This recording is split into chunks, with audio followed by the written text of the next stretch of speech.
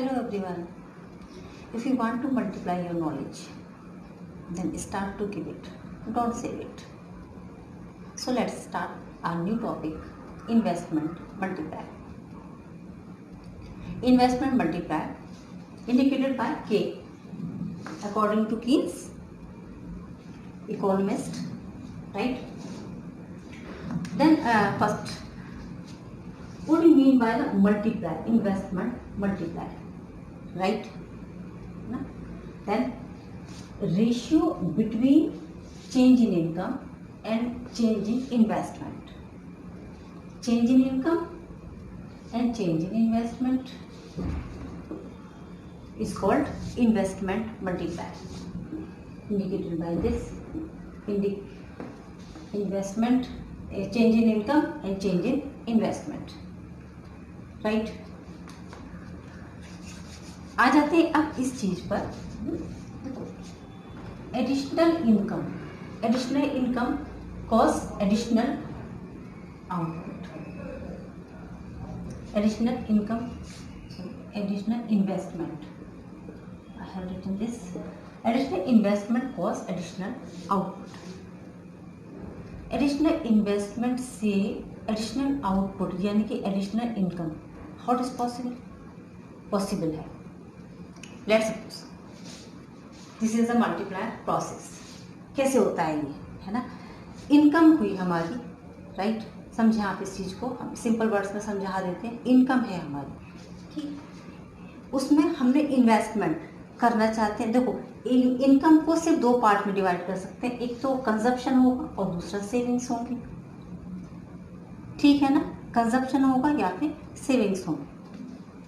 हम बात कर रहे हैं यहाँ पे इन्वेस्टमेंट की। इन्वेस्टमेंट मतलब is equal to savings, right?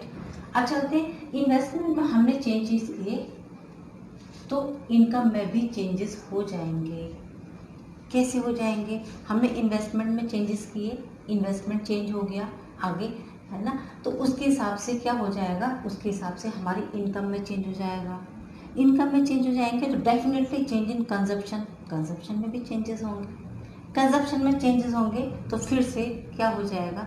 Change in income हो जाएगा, और चेंज इन इनकम के बाद फिर से चेंज इन इन्वेस्टमेंट, मीन्स ये सर्कल ऐसे ही चलता रहेगा। इनकम जैसे जैसे आपकी इनकम बढ़ती जाएगी, है ना, वैसे वैसे इन्वेस्टमेंट भी तो बढ़ेंगे ना। लास्ट टॉपिक में, लास्ट वीडियो में ये क्लियर किया था ना कि सेविंग की साइड, एक कंज्यूमर सेविंग की साइड मुड़ जाता है, सारा कंजप्शन नहीं करता, वो सेविंग की साइड पर जाता है, तो सेविंग भी वो इंक्रीज करेगा। और सेविंग क्या होती है? Saving as a investment expenditure. Understood? Okay.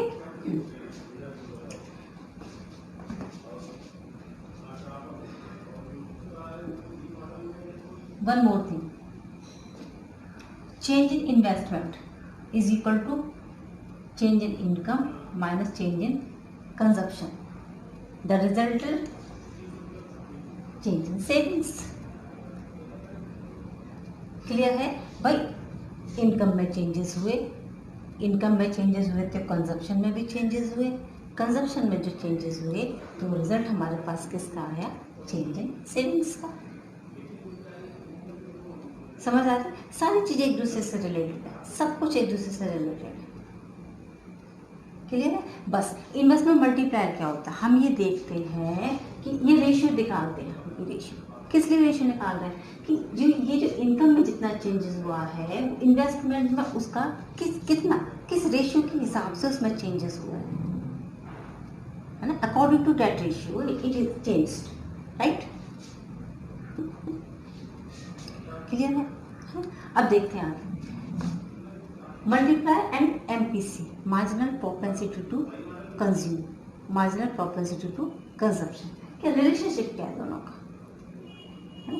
अच्छा, MPC last video I have cleared. MPC plus MPS is equal to 1।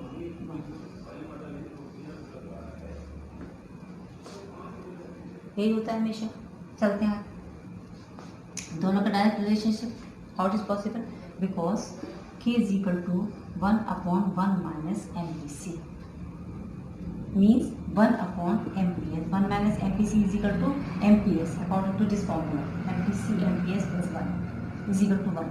Clear है? या है ना, ये है इसका, ये डायरेक्ट रिलेशनशिप है. MPC ये हमने लिखा, MPC जितना ग्रेटर होगा ना, मल्टीप्लायर हमारा उतना ही उसके हिसाब से ही बढ़ता जाएगा. और MPS, अगर MPS के साथ ये अपोजिट का रिलेशनशिप है. जैसे जैसे अगर हम ज़्यादा सेविंग करते जाएंगे, है ना, तो फिर हम इन्वेस्टमेंट नहीं करेंगे. समझ गए? हमने ज़्यादा सेविंग की तो फिर हम इन्वेस्टमेंट कैसे करेंगे? इन्वेस्टमेंट नहीं करेंगे ना, इसलिए इसका रिलेशनशिप कैसा हो जाता है, इसका अपोजिट हो जाता है. समझ गए? बस ये है इसके अंदर, और इसमें स्पेशल कुछ भी नहीं है. देखिए समझ में, ये इसका process, multiplier process. Change in investment, then change in income. Change in income result in change in consumption. Change in consumption result in change in income, and again this circle is continue till the MPC is 0. Right? Multiply mechanism है ना, वो भी आपके सामने भी लेकर के आते हैं.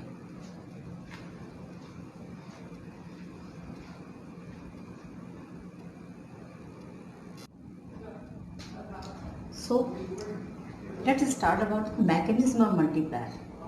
ठीक, वर्किंग बताते हैं आपको. देखो, एक प्रैक्टिकल नॉलेज होती है, एक थॉटिकल नॉलेज होती है ना. ये तो समझ आ गया कि मल्टीप्लाई मीन्स जहाँ पर इनकम डबल ट्रिपल होकर के हमारे पास आएगी. देख आएगी कैसे, है ना. तो मैकेनिज्म सीखना जरूरी है. टेबल हमने बना दिया आपके सामने, है ना, आपको मिल भी जाएगी आपके स्टडी मटेरियल में, पर हमारा काम आपको कॉन्सेप्ट इसका क्लियर करना है. राइट, देखो ये राउंड लिखे हुए हैं. डेल्टा आई इन्वेस्टमेंट में जो चेंजेस हुए हैं, डेल्टा वाई इनके, इसके हिसाब से इनकम में जो चेंजेस होंगे. ठीक है, उसके बाद ये MPC और ये MPS. ठीक है, एज्यूम कर रखा है हमने इसको, MPC भी 0.5 है और 1 माइनस MPC, तो ये भी 0.5 हो जाएगा भाई. MPS मतलब दोनों इक्वल. अब स्टार्ट करते हैं. इनिशियल इन्वेस्टमेंट जो चेंज हुआ, इन्वेस्टमेंट में जो चेंजेस हुए कितने हो गए, माना 100 करोड़, 100 मान लेते हैं हम, इसको एज्यूम कर लेते हैं 100 पे हुए. क्या चेंजेस हो रहे हैं? इन्वेस्टमेंट चेंजेस हुए. ओके, अभी हमने बताया आपको इन्वेस्टमेंट चेंज होते हैं तो इनकम में भी चेंजेस होते हैं. कंजप्शन के हिसाब से चेंजेस होते हैं ना, अकॉर्डिंग टू कंजप्शन. राइट, तो ये भी चेंज हो जाएगा. अगर इसमें 100 करोड़ होगा तो ये भी हमारी इनकम इंक्रीज हो जाएगी. कितनी? 100 करोड़ से. समझ गए? इनकम भी हमारी इंक्रीज होगी. ठीक है, अब आते हैं कंजप्शन पर. तो MPC MPS क्योंकि दोनों इक्वल हैं, बराबर है, यहाँ पर हमने ये मान रखा है. तो 100 का 50 इसमें और 50 इसमें हो गया. ठीक है, कंजप्शन एक्सपेंडिचर के हिसाब से हमारी इनकम में चेंजेस होते हैं. अभी हमने बताया आप जितना कंजप्शन एक्सपेंडिचर पे जाएंगे उतना ही इनकम आपकी इधर इंक्रीज होती जाएगी. ठीक है, क्योंकि जो कंजप्शन एक्सपेंडिचर आप जो इधर से खर्च कर रहे हैं वो दूसरे की इनकम बनती जा रही है. समझ रहे हैं? जैसे आपने मार्केट में शॉपिंग की किसी भी प्रोडक्ट की, तो जो प्रोड्यूसर है उसका वो उसकी इनकम होगा, और इसी तरीके से ये चेन चलती जाती है, ये सर्कल घूमता है. क्लियर है? सेविंग से नहीं, कंजप्शन एक्सपेंडिचर से, कंजप्शन एक्सपेंडिचर से. समझ गए? तो ये ऐसे करके सर्कल हमारा घूमेगा. क्लियर? 50, अब ये 50 आपकी बन गई इनकम यहाँ पर. अब इसका फिर हाफ यहाँ पर और इसका हाफ यहाँ पर. फिर इस कंजप्शन एक्सपेंडिचर से फिर ये आपकी इनकम बन गई, और ये फिर आपका, ये आपकी चेंज इन इनकम. इस तरीके से आप आगे मूव करते जाएंगे, है ना. कब तक? जब तक कि ये बिल्कुल ज़ीरो नहीं हो जाता तब तक. समझ गए? है ना. अब जैसे यहाँ पे आ जाते हैं हम, ये फिर से 12.5, फिर ये 6.25, फिर इसका फिर 1.56, फिर 0.78, 0.39, 20 का आधा इधर हो गया, आधा इधर हो गया, फिनिश हो गया. Till the income become 0. तब तक ये प्रोसेस कंटिन्यू ऐसा ही चलता रहेगा. ना रिजल्ट अब देखिए इनिशियल हमारा इन्वेस्टमेंट कितना हुआ था 100 करोड़ का, जो कन्वर्ट हो गया कितने में 200 करोड़ में। Now come to the point, multiply है ना, मल्टीप्लाई यही तो हम कर ही रहे हैं। मल्टीप्लाई क्या हुआ delta Y upon delta I, right. इसका मतलब वाई में चेंज कितना हो गई हमारी वाई, कितना चेंजेस हुआ 200 करोड़ का, जबकि इन्वेस्टमेंट हमने कितना किया था 100 करोड़ का। इसका मतलब दुगना, आप जितना इन्वेस्ट कर रहे हैं उससे दुगनी आपकी इनकम हो रही है। बस ये होता है इन्वेस्टमेंट मल्टीप्लायर। कितना कितना चेंज हो करके इनकम आपके पास रिवर्स हो रही है। भाई आप मार्केट में इन्वेस्ट करते हैं, है ना, एफडीज की जाती हैं, पैसा कहीं डिपॉजिट किया जाता है। ऐसे ही नहीं किया जाता कि हम जितना रख रहे हैं उतना ही वापस आ जाए, नहीं। जब तक वो बढ़ करके इंक्रीज होकर के नहीं आता हम कहीं पर भी अपने पैसों को इन्वेस्ट नहीं करते हैं। बस वही तो इन्वेस्टमेंट मल्टीप्लायर है। हम ये देख लेते हैं कि कितना मल्टीप्लाई होकर के हमारे पास आएगा। बहुत सीधे से एक सिंपल से वर्ड्स में अपनी बात को सीख लीजिए। इन्वेस्टमेंट मल्टीप्लायर, हमारा किया हुआ पैसा इन्वेस्टमेंट जो किया है वो कितना मल्टीप्लाई होकर के हमारे पास आ रहा है वापस। तो आप जितना ज़्यादा इधर से देंगे उतना ज़्यादा उधर से आ जाएगा। कंजप्शन एक्सपेंडिचर निकल, समझ गए। देखो अच्छा, ये तो एक फॉर्मूला से रहा है। सेकेंड फॉर्मूला ना K is equal to 1/1 minus MPS, तो 1/1 minus MPS 1/0.50। The answer is same from both formulas. Clear? Now again next question. देखो हमने तो यहाँ पर तो हमने ये एज्यूम कर लिया था कि ये MPC 0.5 है। लेट्स सपोज अगर सारा कंजप्शन कर लिया जाता है देन सेविंग की नहीं गई। एक क्वेश्चन है, क्वेश्चन तो नहीं नोट किया, ऐसे बता देते हैं, ठीक है। हमें करना ही नहीं, MPS है ही नहीं, सिर्फ MPC है। सोचो क्या होगा, जितना हमारा डी आ रहा है 100 तो यहाँ 100 फिर 100 फिर 100 फिर 100, ये चलता चला जाएगा, चलता चला एवरलास्टिंग इनफाइनाइट।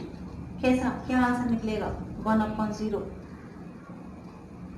है ही नहीं कुछ भी, इनफाइनाइट होता चला जाएगा, बढ़ता चला जाएगा, बढ़ता चला जाएगा।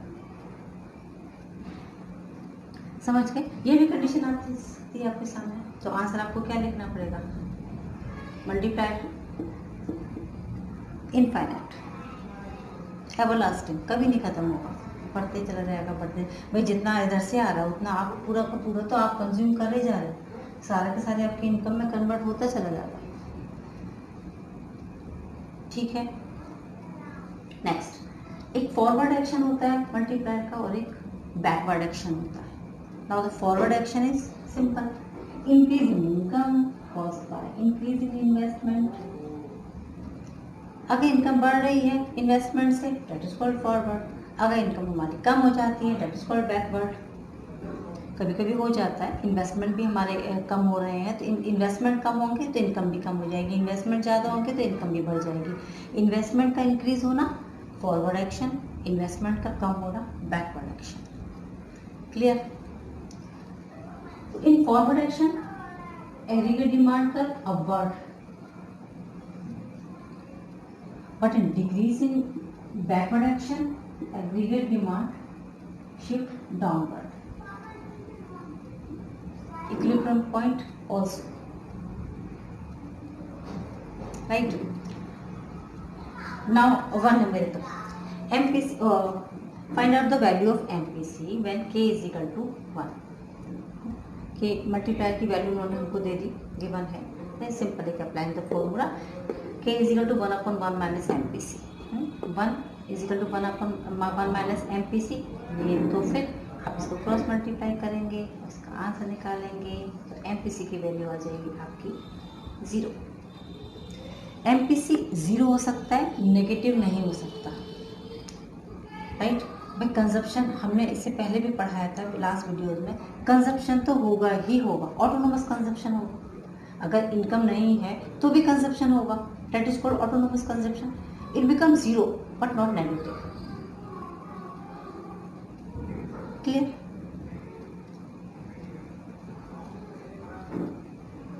Think this is clear. आपके एग्जाम में थ्योरी के अलावा कुछ न्यूमेरिकल भी इस पोर्शन से आते हैं, तो कोशिश रहेगी मेरी कि एक न्यूमेरिकल का पोर्शन भी आपके लिए प्रिपेयर कर दिया जाए। तो नेक्स्ट वीडियो में मिलते हैं with some lots of numerical of multiply. Okay children, then take care, good bye.